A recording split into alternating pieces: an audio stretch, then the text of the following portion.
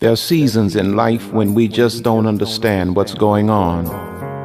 We've tried and we've done everything that God told us to do, and it seems like it's just not working. No one's around to encourage us, no cheerleaders. It's in those seasons, in those darkest hours. I'm here today to tell you, you got to trust Him when you can't trace Him. You got to hold on, because what's for you will be yours. You'll make it. Now listen. There are days that I don't think I can make it.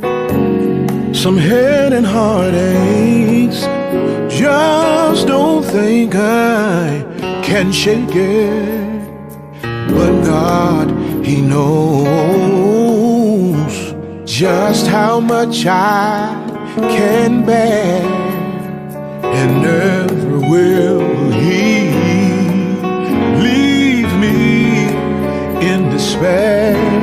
It may be hard right now, but some way, somehow, God will work it out. That's when I'll make it. It's hard right now, but some way, somehow, God will work it out.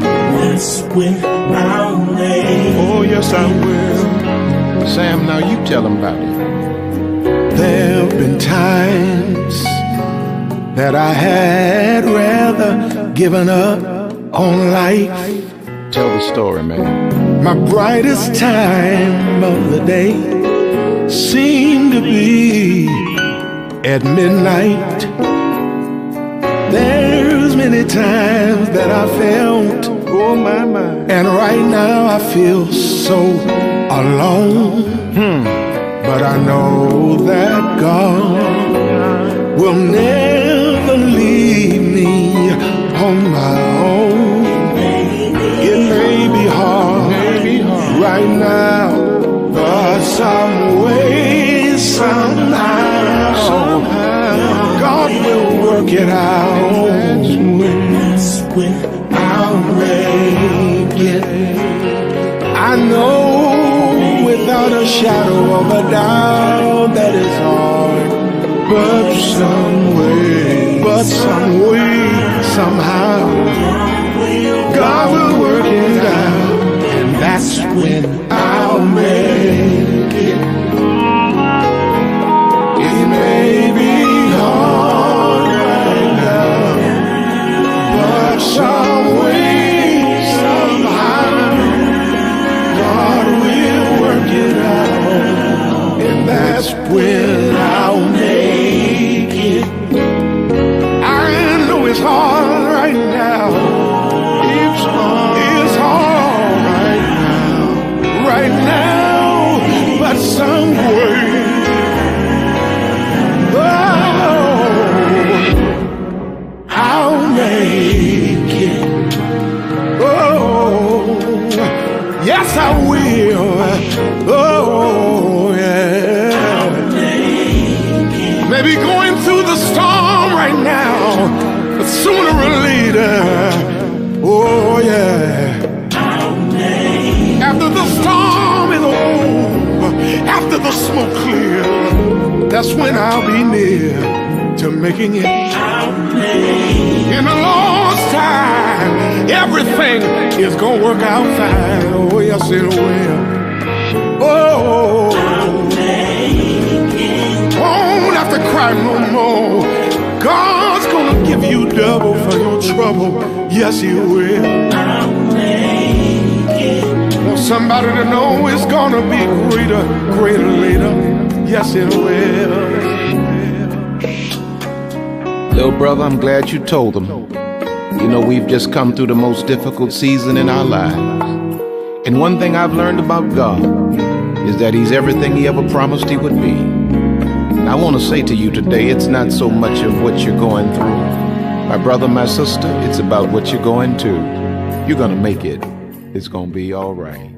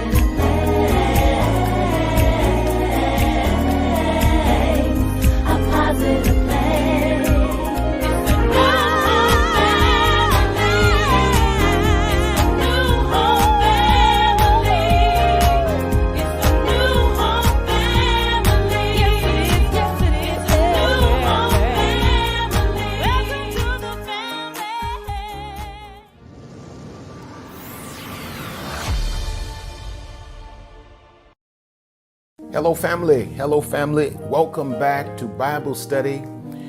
I am so excited about this word that I'm delivering today. As you know, we've been dealing with practical principles to prosper. Not, just the spiritual principles of tithes and offerings. And of course, I practice that. I live by that. I believe in that. But I'm also keenly aware, that there is more to the process of prosperity than the application of those spiritual principles. That there has to be some pragmatic process. In fact, an approach to pragmatic principles to live one's life thereby, if we're really going to see the kind of prosperity that God has designed for us. So in this particular lesson, we're talking about the principle of entrepreneurship. My tongue always gets tied on that word. The principle of entrepreneurship. Now we're going back to the woman whose husband died and the creditors were coming to take her sons. So if you go back to 2 Kings chapter 4, verses 1 through 7, it says, "Now there cried a certain woman of the wives of the sons of the prophets unto Elisha, saying, Thy servant my husband is dead. And thou knowest that thy servant did fear the Lord. And the creditors come to take unto him my 2 sons to be bondmen. And Elisha said unto her, What shall I do for thee? Tell me, what hast thou in the house? And she said, Thine handmaid hath not anything in the house but a pot of oil. Then he said, Go borrow thee vessels abroad of all thy neighbors, even empty vessels, borrow not a few. And when thou art come in, thou shalt shut the door upon thee and upon thy sons, and shalt pour out into all those vessels, and thou shalt set aside that which is full. So she went from him and shut the door upon her and upon her sons, who brought the vessels to her. And she poured out. And it came to pass, when the vessels were full, that she said unto her son, Bring me yet a vessel. He said unto her, There is not a vessel more. And the oil stayed. Then she came and told the man of God, and he said, Watch this. Go sell the oil, pay thy debt, and live thou and thy children on the rest. So we've been looking at this lady and her predicament for a few lessons now. But here we see that the prophet indirectly shifts her focus from 2 financially crippling factors. Excuse me. He shifts her focus. When you read the whole story and you look at how it played out, he shifts her focus from social services, and he even shifts her focus from the noble idea of employment as being ideal goals. He shifts her focus from her husband just died, left them in debt. The creditors are coming to make her sons slaves to pay off the debt. And the prophet shifts her focus from social services, which would have been warranted in her predicament. And he doesn't even suggest to her that she needs a job. He did not reach into his pocket to relieve her financial troubles, which represents what? He did not focus her on welfare, though it would have been warranted for a woman in her predicament. Though it might have been warranted and though it might have been a good thing for her to receive, it would not have been a generational response to a problem.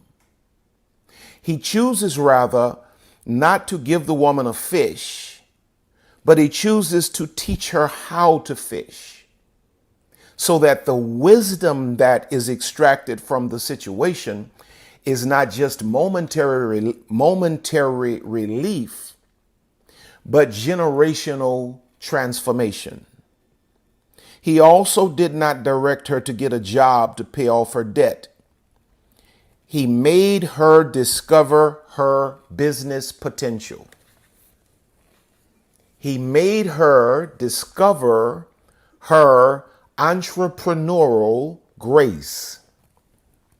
I'm getting a little excited here. If you all listen to me, I promise you, this is going to help a lot of people. He did not say, okay, let me help you out. Let me give you some welfare, and nothing wrong with receiving it if you need it. That's why we pay taxes. And the Bible says we should take care of the poor and the less fortunate. He did not focus her on, okay, I know somebody down here that can give you a little job, because the kind of money she needed for people to be talking about taking her sons and making them slaves, she probably couldn't have earned that money on an hourly wage. You cannot create enduring wealth with a welfare or a work mentality,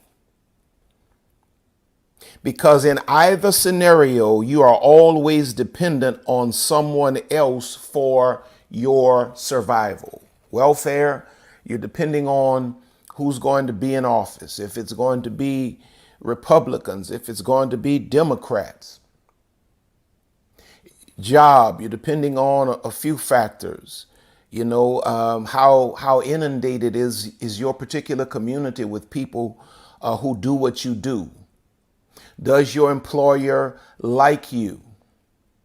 You know, is your employer taking care of his or her financial affairs? Is the business going to stay open? You're always second and third and fourth down the line in terms of being able to determine your own fate with working for someone or with a welfare mentality. But that's what we have most of in the United States of America, at least. We have people who are locked in on, I just need a job mentality, which is honorable, nothing wrong with it. It's just not ideal for you as an individual when you start thinking about God's ultimate plan for your wealth.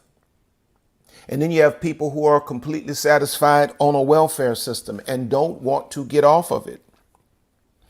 But the prophet teaches us what not to focus on in what he did not do regarding this woman's dilemma. She had a financial need. She was a widow with sons. So it seems as though she would have been a great candidate for welfare. One might have thought the prophet would have gone into his own reserves, his own pockets, and given her a handout, but he did not. The next thing that is odd is that he did not direct her to go and to get a job to pay her debt. Go to Deuteronomy 28, verses 12 and 13. This is the principle of entrepreneurship. Deuteronomy 28, 12 and 13. The Lord shall open unto thee his good treasure, the heaven to give the rain unto thy land in his season, and to bless all the work of thine hand. And thou shalt lend unto many nations, and thou shalt not borrow. And the Lord shall make thee the head and not the tail, and thou shalt be above only, and thou shalt not be beneath. If that thou hearken unto the commandments of the Lord thy God, which I command thee this day to observe and to do them. Now notice he says, verse 13, and the Lord shall make thee the head and not the tail. Thou shalt be above only, and thou shalt not be beneath, if you hearken unto the commandments of the Lord. Now, the tail in marketplace terminology, if you were to take this text and apply it to marketplace, the tail in market terminology is represented by those who consume or buy, which is the majority of people probably in the world, definitely the majority of people in the United States of America. Consume or buy. You are the tail. The head is represented by those who produce or sell. Now, God's plan for his children, for you and I, is that we should be the producers and not professional consumers. So now I want to ask you a question.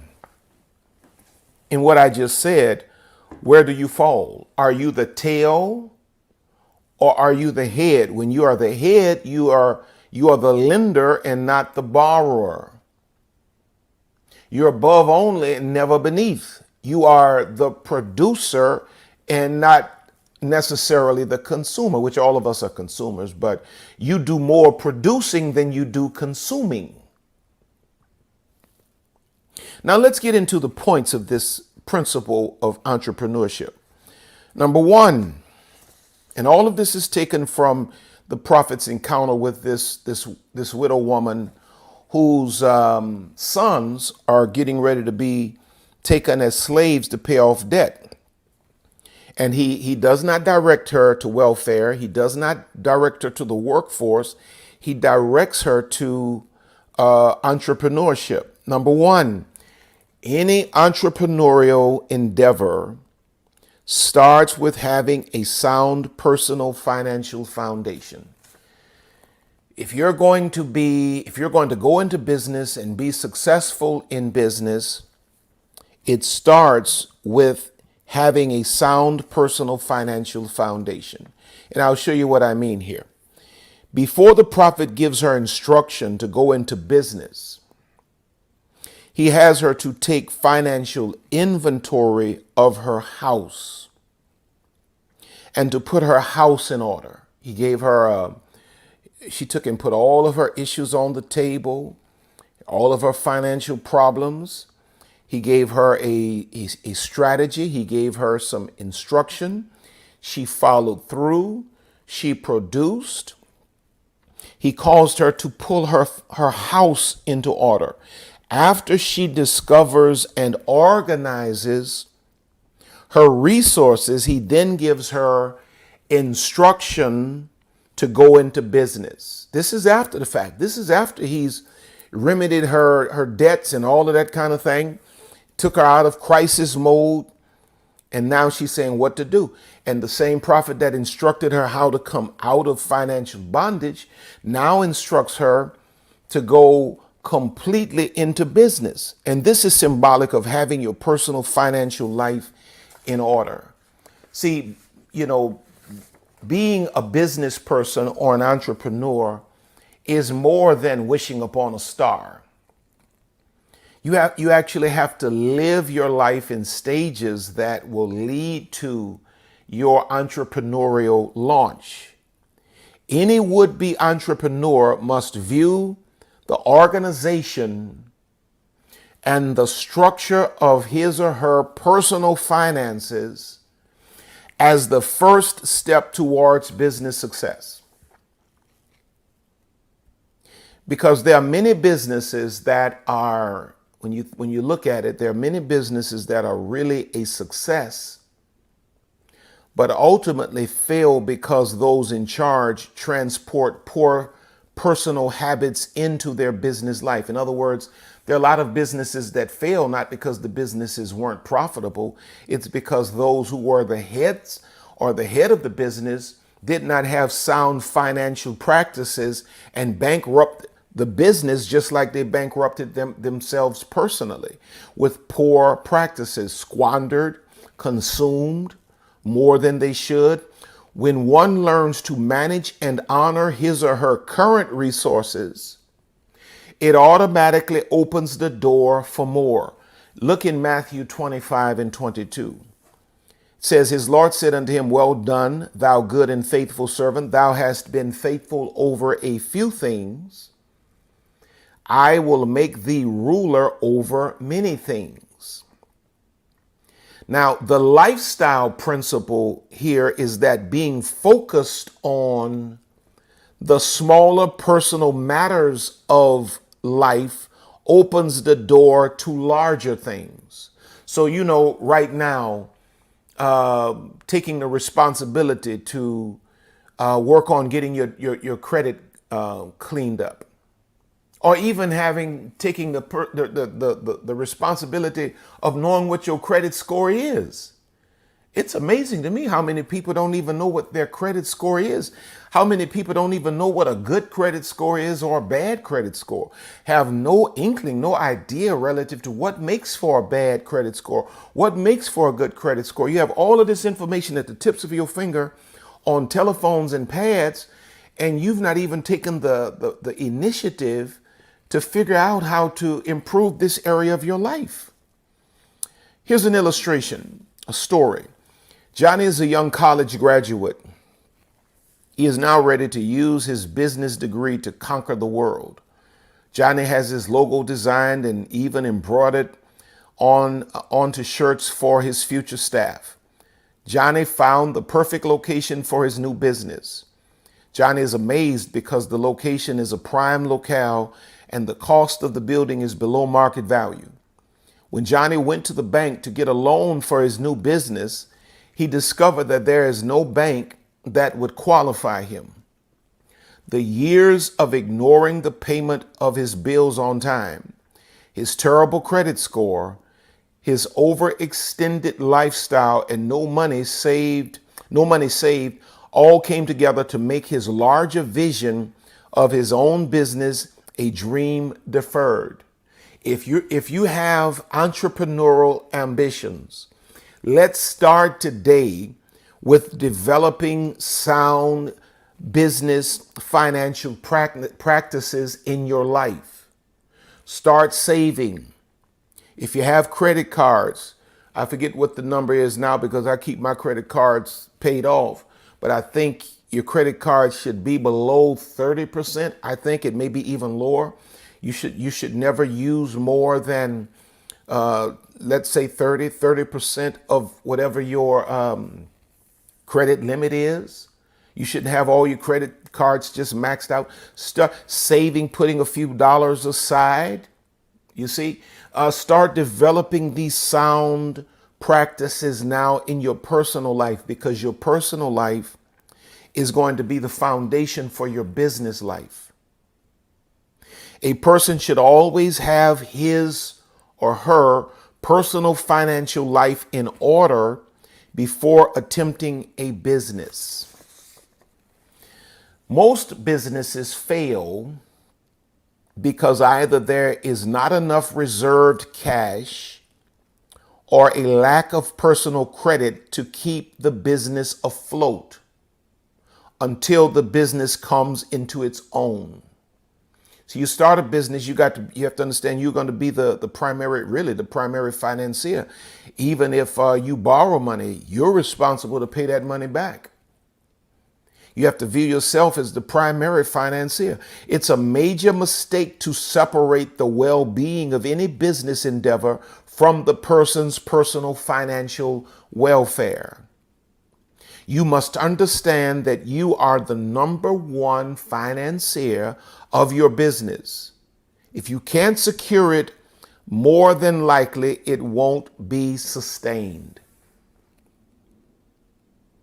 Look in Luke chapter 14, verses 28 through 30. It says, "For which of you intending to build a tower sitteth not down first and counteth the cost, whether he have sufficient to finish it?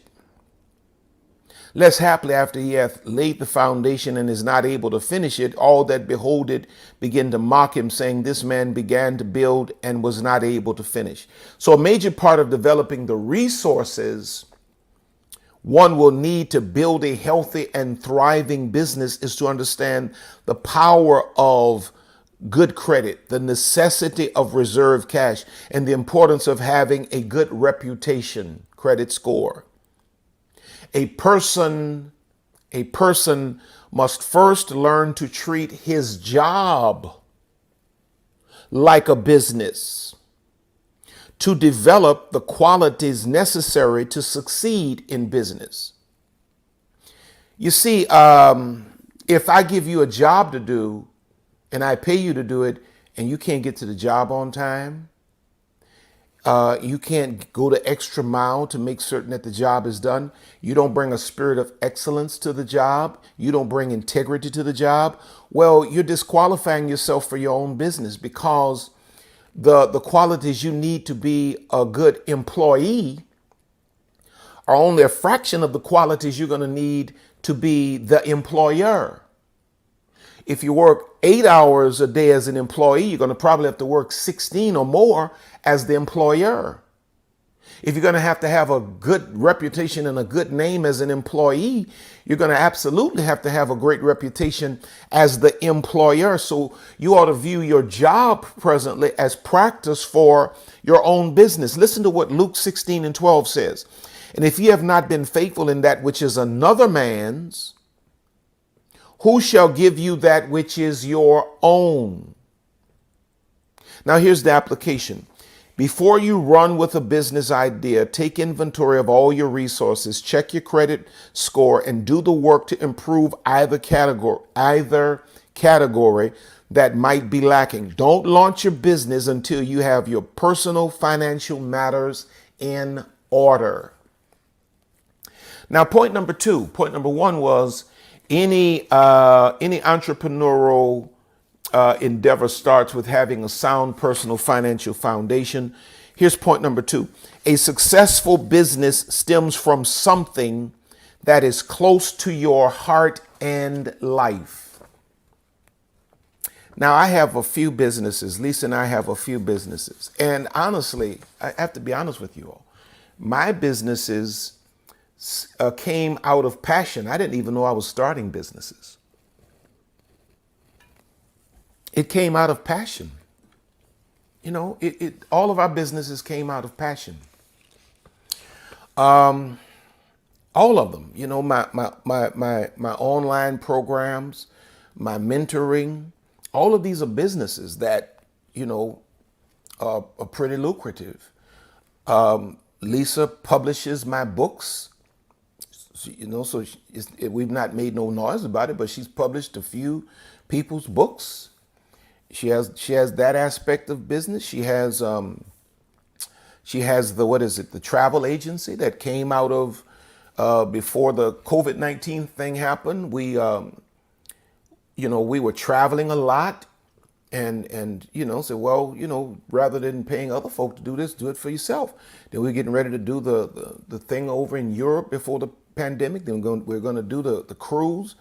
And so all of these businesses came out of stuff that was already close to the heart. You know, my books, that's a business. My books sell around the world every day. That's a business. I didn't know it was a business when I just started writing. I was just writing out of my passion, not understanding that God would just bless me and put people around me that helped me to see that in as much as I was expressing my passion, I was also birthing businesses. And so the next thing we learn from the prophet's encounter with the widow is that he helped her to discover her business niche. This discovery was based on something that was already in her home. You see how this thing is lining up? Her business came of something that was close to her. The oil that she had ignored was the key to her deliverance. She never saw the business potential that was in her life. Now, let me just drop a peg here. That's why I believe we need coaches, because that's primarily what the prophet did for her. And when she brought her problem to him, he coached her into seeing what she actually possessed. And then he coached her into maximizing what she actually had. He showed her she didn't need a handout. He showed her she didn't need a job. He showed her she actually had everything she needed. The most successful business endeavor comes from something that flows naturally from your talents, from your skills, from your resources, or your passion. Never attempt a business that does not resonate with you personally. Now, some businesses will resonate with you more or less, but you should always do business in a vein that you're comfortable doing. You know, like I have a lot of opportunities that people, really throw money at me to do this, to promote that. And most of it I don't even respond to. Once I read it, I'm realizing, that doesn't resonate with me. That's not a part of my brand. And though the money would be good, It's not a part of my brand. And so, I don't make business decisions based on money. Listen to what Proverbs 31:24 says. She maketh her linen and selleth it and delivereth girdles unto the merchant. Now, this is the Proverbs 31 woman, the virtuous woman. But notice how she found her business by way of her own hand. She sold what she made. You look at Joseph. Joseph not only prepared Egypt for a famine, but he created a new business in the famine. The business was developed from what Egypt already had. Grain. Your business is going to come out of what you already have. Write down Genesis 41:56 and 57. And it says, and the famine was over all the face of the earth. And Joseph opened all the storehouses and sold unto the Egyptians. And the famine waxed sore in the land of Egypt. And all countries came into Egypt to Joseph for to buy corn, because that the famine was so sore in all lands. But the business came out of what they possessed. There's something that you either currently have or you have the potential to acquire, you have access to it, that there will be a demand for, or that will be in demand. You must recognize your niche or your niche. Somebody say there are riches and niches. Get your personal business in order and take advantage of your season. Now, here's the illustration. Henry was a high school football fanatic. He would go every Friday night. So he designed a special chair equipped with built-in binoculars, heated seat, and it was padded. The chair was also designed in a way that it could break down easily. It was lightweight and could easily fit into the trunk of any car. Henry made this chair for his own enjoyment, but soon discovered that other football fanatics became interested. Today, Henry has a production factory and is employing over 100 people to keep up with the demand. Henry is making a fortune doing something that he would have done simply for fun. It is always God's plan for you to be the producer and not the consumer. It simply requires revelation of your niche to recognize what God has for you. Proverbs 8:11 and 12 says, for wisdom is better than rubies, and all the things that may be desired are not to be compared to it. I, wisdom, dwell with prudence and find out knowledge of witty inventions.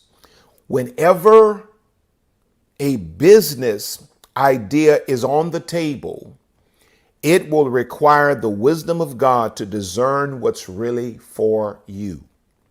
Now, here's the application. Never do a business because someone tells you it's profitable.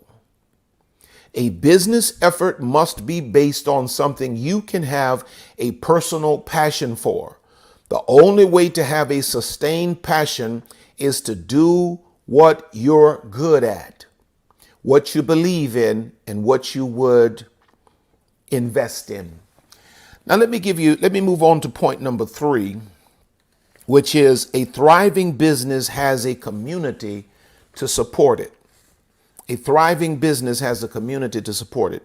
The third thing the prophet teaches us through his interaction with the widow woman, is that any sound business concept needs to identify a community to support it. 2 Kings 4:3-7. Then he said, go borrow the vessels abroad of all thy neighbors, even empty vessels, borrow not a few. So we see her in the community. And then ultimately we see her, working with her kids. And then we see her having a community to sell the oil in. If a business does not have a community to support it, it is doomed before it starts. Notice how this woman's business got started. She borrowed vessels from neighbors to get off of the ground. She involved her children as manpower to produce the product. And finally, she had a receptive warm community or warm market to sell her product to. A wise business person builds relationships before he or she opens their business. See, if you have entrepreneurial ideas, you need to start building relationships now. You need to start shaking hands. You need to start smiling. You need to start learning names. To have a supportive community means that one must support his community. You can't have a supportive community if you don't support your community. Pause right there because I need you to think about that. You cannot have a supportive community. You don't deserve a supportive community if you don't support your community. My community supports me because I support my community. This is the principle of what? Collectivism. Collectivism states that any group of people can create their own economy within the structure of mainstream society. When a group of people intentionally keep their resources circulating among themselves, they create their own economy. That's what the church did in Acts chapter 4 and 32. It says, "In the multitude of them that believed were one heart and one soul. Neither said any of them that aught of the things which he possessed was his own, but they had all things common." The church pooled all of their resources. The first century church pooled all of their resources, and nobody suffered. The early church collectively pooled their resources, and as a result, none suffered lack. Though this was not a free enterprise effort, it does emphasize the power of collectivism, one for all and all for one. Here's the illustration.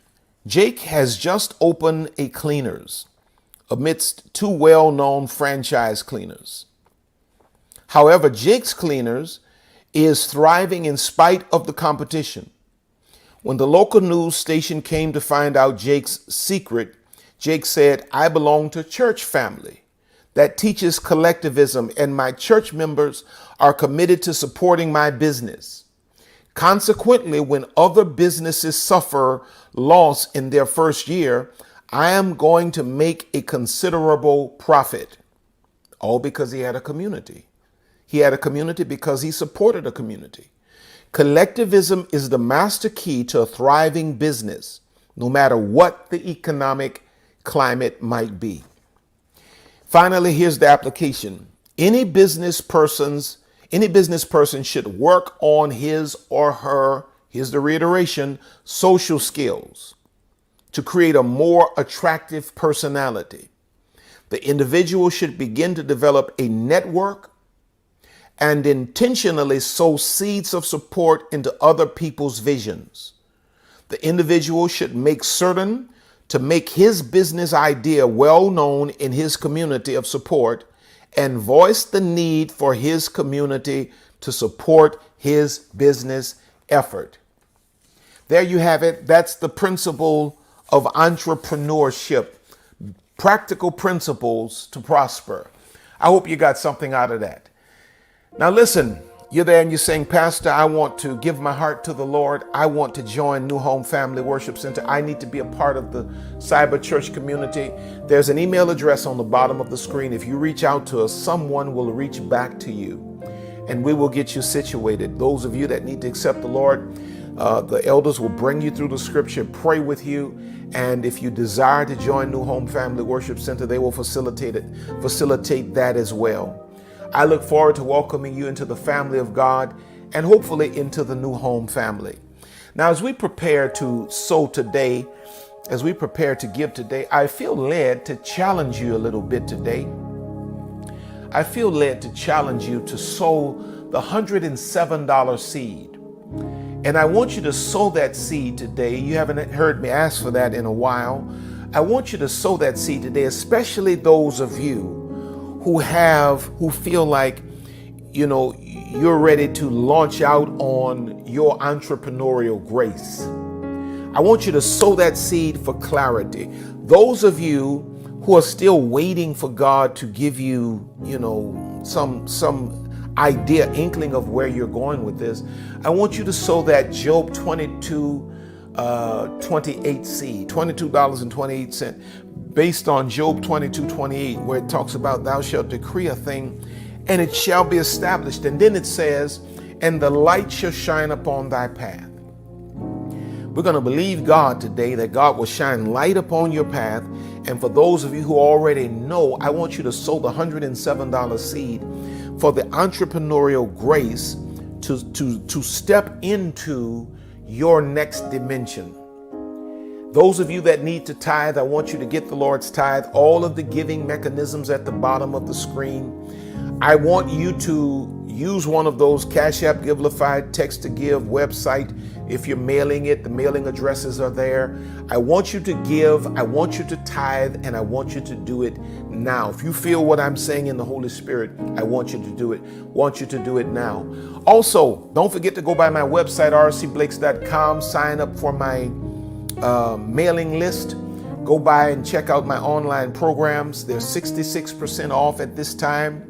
I don't know how much longer that's going to last. Go to Amazon. In fact, while you're on my website, you can hit books. It'll bring you to Amazon. You can shop any of my books on Amazon.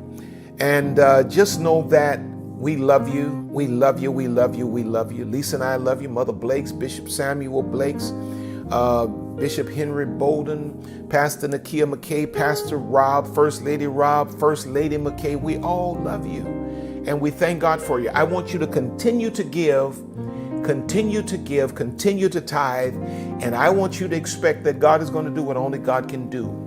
And just know that we are coming out of this in Jesus' name. I love you, my babies. God bless you. I'll talk to you real soon.